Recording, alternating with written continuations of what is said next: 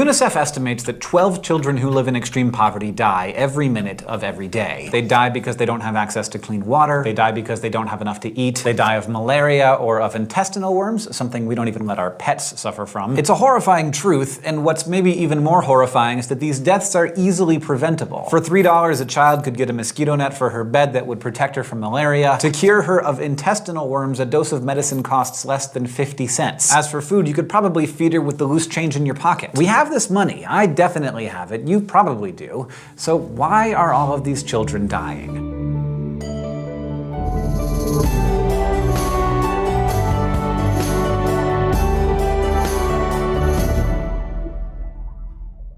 The United States is an affluent country. We have enough money to easily stop world poverty. Just end it. But why should we? Why should I give any of my hard-earned money to strangers I will never meet? What entitles them to a portion of what I have? Thinking about world poverty and whether we have an obligation to do something to stop it really comes down to questions of obligation. Most of us don't know anyone who's living in extreme, life-threatening poverty. The victims of that kind of poverty aren't our family or our friends. So according to an ethics of care, as we discussed last time, we have no real obligation to those people. Or if we do, it's much, much less than the obligation we have to those who are near and dear to us. So many people argue that we simply don't have any obligation to help strangers in need. We didn't make them poor and we never agreed to help them, so if we do choose to help, that's great, but such actions are supererogatory. They go above and beyond the call of moral duty. In this view, giving money to charity is like getting moral extra credit. If you do it, you can go ahead and pat yourself on the back, but if you don't, you have no reason to feel bad about it. Contemporary Australian philosopher Peter Singer thinks differently, however. To see how, let's head over to the thought bubble for some flash philosophy. Singer offers a thought experiment that has seen many variations over the years, but a basic version goes like this. Imagine you're walking to class feeling pretty good about how great you look in your brand new $200 shoes, and soon you pass by a shallow pond.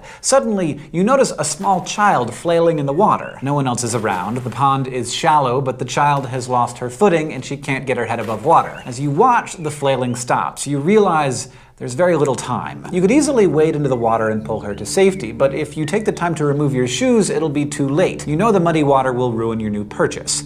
So what do? Singer's pretty sure that we'd all give the same answer. Shoes are replaceable. That child's life is not. So none of us would think twice about running in to save her. But what exactly would be wrong if you decided not to save the child? Singer says it comes down to costs and benefits. The cost of your shoes is so low compared to the value of the child's life that it would be appalling not to make that sacrifice, to value shoes over a person's life. But here's the thing. We know children are dying right now, 12 every minute, and yet we do nothing. So what's the difference, Singer asks, between a life in front of us and a life halfway around the world? A life is a life, and both the child in the pond and a child dying of malaria are equally innocent. If we do wrong in failing to save the child in the pond, Singer argues we do equally wrong in failing to save some of those children who we know are dying right now. Today, we talked about extreme poverty and our responses to it. We considered Singer's argument that we have an obligation to prevent harm through poverty when we can, and we also looked at Hardin's lifeboat analogy.